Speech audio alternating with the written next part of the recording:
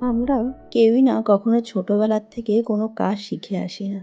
মানে ছেলে বলুন বা মেয়ে বলুন সবাই কিন্তু ছোটবেলা থেকে জন্ম নেওয়ার পরে মা-বাবার কাছে একদম আদরের হয়েই থাকে। মা-বাবা যতক্ষণ না পারে তাদেরকে দিয়ে কোনো কাজই করায় না। অথচ বিয়ের পরে দেখুন আমাদেরকে একা হাতে কিন্তু সবটা সামলাতে হয়। দোকান থেকে বার্গেনিং করে জিনিস কেনা, কোনটা ভালো ফল, কোনটা ভালো মিষ্টি বা পুজোর বাজার সবকিছু কিন্তু কিভাবে যেন হঠাৎ করেই বিয়ের পর আমরা শিখে যাই। যেন একটা আলাদাই দুনিয়া তৈরি হয়ে যায়। অথচ ছেলেদেরকে দেখুন, তারা কিন্তু এসব দিকে না মাথা ঘামালেও চলে। কিন্তু মেয়েদের যেন এগুলো একটা করতেই হয়।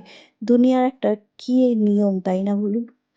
তো যাই হোক, আমরা এগুলোতে একটা অভ্যস্ত হয়ে গেছি। কিন্তু আজকাল তো দিন পাল্টাচ্ছে, তাই পারি না বলে কোনো কাজ নেই। প্রচুর ছেলেরা আছে যারা একসাথে কিন্তু তাল মিলিয়ে রান্নাও করছে, চাকরিও করছে, আবার মেয়েরাও তেমনি চাকরিও করছে। তাই সবটাই হচ্ছে মানুষের মেন্টালিটি। কে কিরকমভাবে কোন কাজটাকে নেবে তার ওপর ডিপেন্ড করে। অবশ্যই তার জন্য আমাদের আশেপাশের পরিবেশ বা মা-বাবার পরিচালনাটা খুব জরুরি দরকার। তাই সবাইকেই বলবো ছেলে মেয়ে ভেদাভেদ না করে সব কাজ সবাইকে শিখে রাখার দরকার আছে। কারণ আজকালকার দিনে একে অপরের পরিপূরক হওয়াটা ভীষণ জরুরি। না হলে না একার পক্ষে খুব কষ্ট হয়ে যায় সব কিছুটা সামলানো।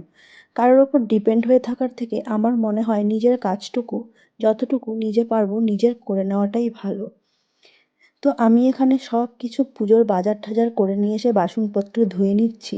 সত্যি কথা বলতে একা হাতে সবটা করতে একটু না কষ্টই হয়ে যায়। আমরা অনেকেই বলতে শুনেছি, বউ বাড়িতে এসছে, বউয়ের দায়িত্ব এগুলো করবেই। অবশ্যই বউ করবে।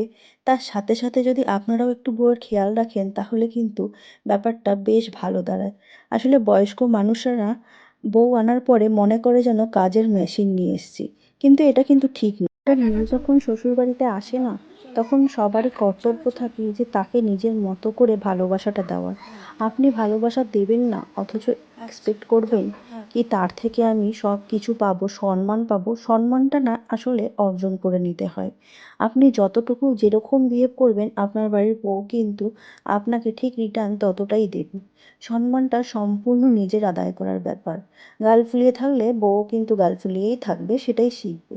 আর আপনি যদি একটু ভালোবেসে, সে কিন্তু আপনার থেকে অনেকটা ছোট। তাই আপনি যদি একটু ভালোবাসা দেন তার পরিবর্তে কিন্তু আপনি দেখবেন অনেক সম্মান পাচ্ছেন।